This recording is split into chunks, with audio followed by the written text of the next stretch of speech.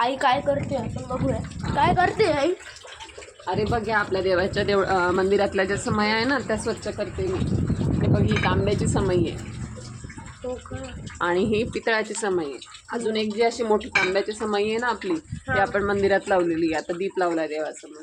आता तर बघ या कशा चिकट होतात रोज दीप लावून लावून.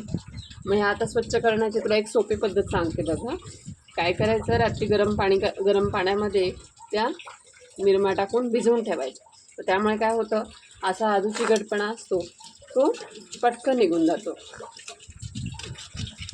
हा जो चिकटपणा आहे तो कमी होतो. मग त्यानंतर घरी स्वच्छ करण्यासाठी आपण चिंच आणि मीठ वापरू शकतो. चिंच मीठ जी आहे ती सोपी आणि इझिली अवेलेबल असलेली गोष्ट आहे, जी सगळ्यांच्या घरात असते.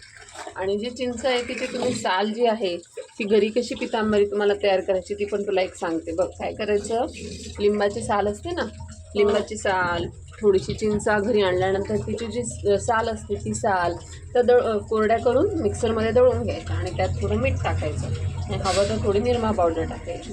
तर ती आपली घरीच एक आपली पितांबरी तयार होत असते. समजलं तुला?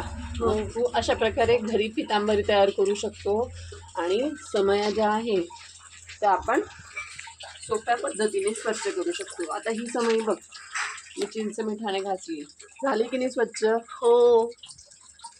आता पुढच्या वेळेस तू घरी पितांबरी करायची, चालशील? हा. Okay. Okay guys, bye bye.